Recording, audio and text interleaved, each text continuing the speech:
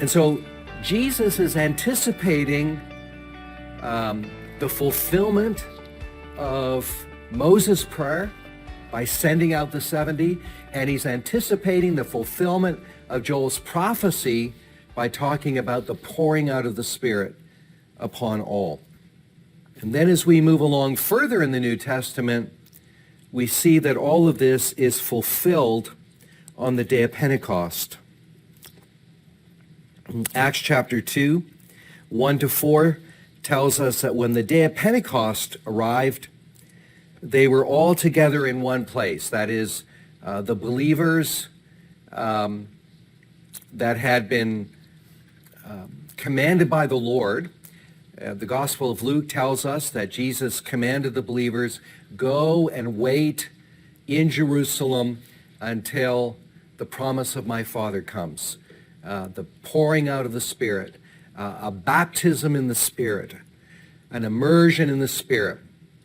Now, what's interesting is Acts tells us there's 120 people here. Luke indicates that Jesus was speaking to a crowd of about 500.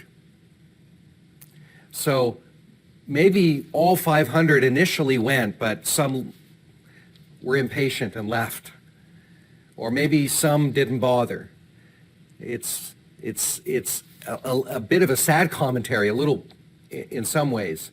But out of all of those that were invited to receive this empowering of the Spirit, only 120 appeared to be thirsty enough to really seek it.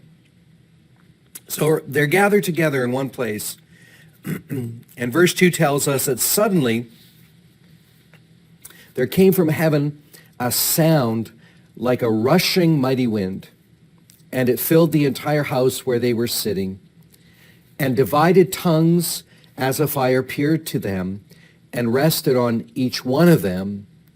And they were all filled with the Holy Spirit and began to speak in other tongues or other languages as the Spirit gave them utterance.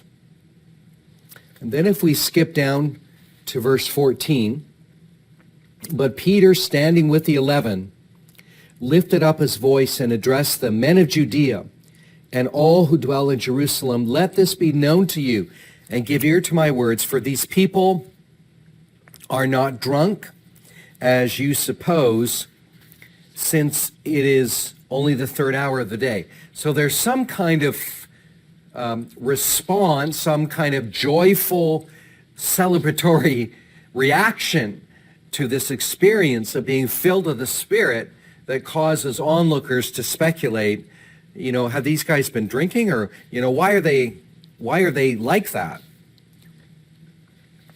And in verse 16, Peter points back to the prophecy. This is what was uttered through the prophet Joel. And in the last days, God declares, I will pour out my Spirit on all flesh, and your sons and your daughters shall prophesy, and your young men shall see visions, your old men shall dream dreams. Even on my male servants and female servants in those days, I will pour out my Spirit, and they shall prophesy. And so Peter quotes that prophecy from Joel and says that this outpouring of the Spirit on Pentecost is the fulfillment, or the beginning of the fulfillment. Of course, this will be repeated many times as various individuals through the New Testament, and now for the last 2,000 years in the church, also experience this empowering of the Spirit. It's confirmed in subsequent fillings. Ephesians 5:18, Paul writes and says, be filled with the Spirit. And the tense that he uses there is the sense of something that is ongoing. So a more literal translation of 5:18 would be being filled with the Spirit.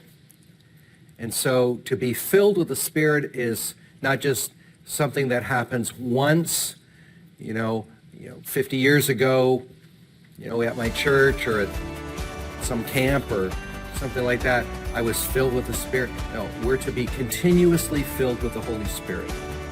We're invited into that ongoing experience.